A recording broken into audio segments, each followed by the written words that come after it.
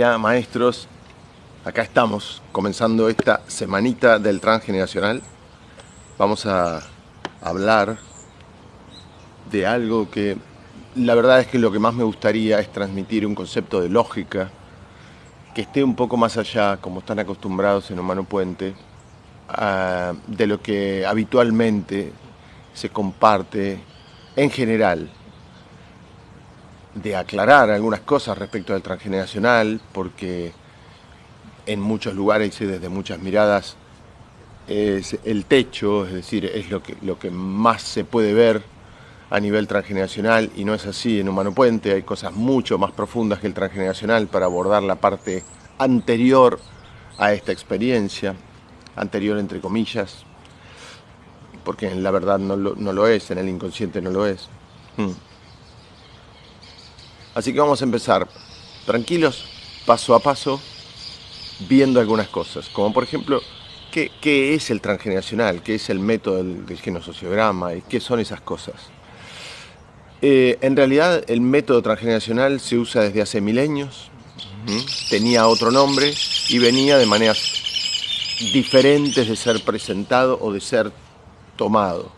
Los pueblos en la antigüedad ya tenían un conocimiento y una demostración absoluta de la relación entre las nuevas generaciones y las anteriores.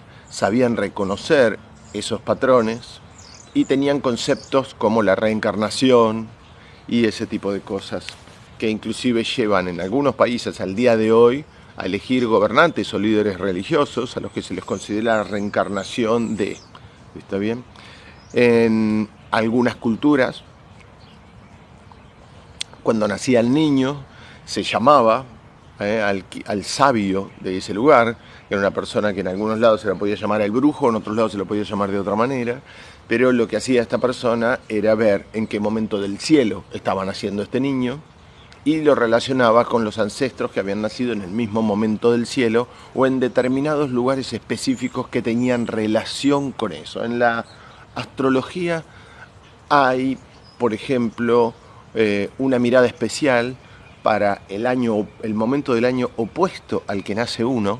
¿Está bien? Si yo nazco, por ejemplo, en mi caso, soy de agosto, bueno, se mira febrero, que está a 6 meses de agosto.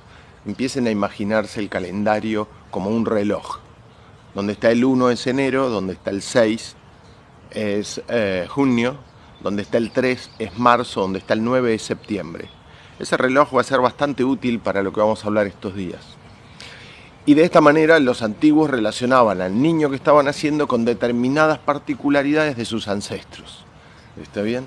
Tenían por un lado el opuesto, por otro lado los complementarios, que la astrología le fue dando su nombre a estas cosas, pero atención, es muy importante que en esta parte, en esto que yo voy a explicar, no se pasen al mundo de la astrología, porque precisamente de lo que voy a hablar acá es de que hay otras maneras de verlo, mucho más puntuales, aunque también en Humano Puente hay maneras mucho más profundas de abordar la parte transgeneracional que esto que vamos a ver estos días.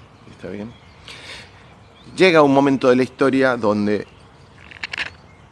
nuevamente en una parte muy chiquita de Europa, o una parte de Europa que abarca Alemania, Austria, Polonia y esos países donde ocurre, como digo yo siempre, todo, donde nos encontramos con un país que por años tuvo un muro que dividía Oriente de Occidente, Alemania Oriental, Alemania Occidental, donde sin duda el conocimiento antiguo que viene de Asia y Oriente chocó con el conocimiento de Occidente y terminó generando con el tiempo un muro en ese lugar, guerras en ese lugar y enormes cosas. Pero en esa parte del mundo nacieron, por ejemplo,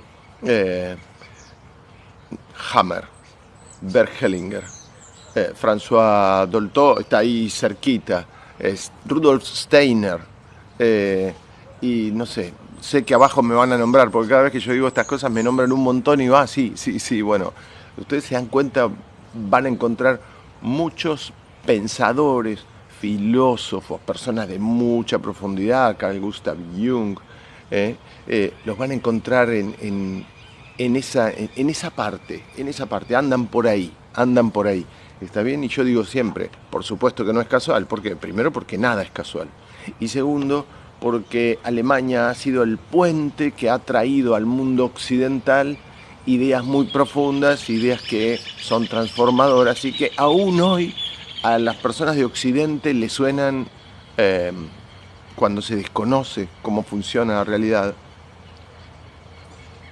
Uno cuando va a un psicólogo no se da cuenta que está en una parte hablando de estas cosas, de que Sigmund Freud, cuando fue, como digo siempre, a presentar y a llevar su conocimiento a la universidad, prefirió decir vengo a hablar del inconsciente, porque si decía vengo a hablar del alma lo sacaban corriendo, pero hizo lo mismo. ¿Está bien? Entonces, todo esto que se desconoce para una parte de la humanidad es absolutamente así, cierto, trascendente y te influye en la vida de manera categórica. Es así que en determinado momento, hace no mucho tiempo, hace un poco más de un siglo, algunas personas como Nicolás Abraham, María Torok, empezaron a darle forma a algo, a determinados patrones que notaban y que eran mucho más precisos y que tenían que ver con, sobre todo, enfermedades que ocurrían en las personas y una línea de enfermedades específicas, la que, por ejemplo, toma también Hans Sussenberger, François Dolto, junto con otros 2 psiquiatras y psicólogos, y comienzan a hacer un camino porque se empezaron a dar cuenta de que los pacientes de los psiquiátricos, cuando tenían esas crisis de psicosis o de esquizofrenia, relataban hechos o se metían en mundos que por determinados lados ellos comenzaron a averiguar y se dieron cuenta que esas burbujas en las que entraban no era cualquier burbuja, sino que eran burbujas reales del pasado familiar.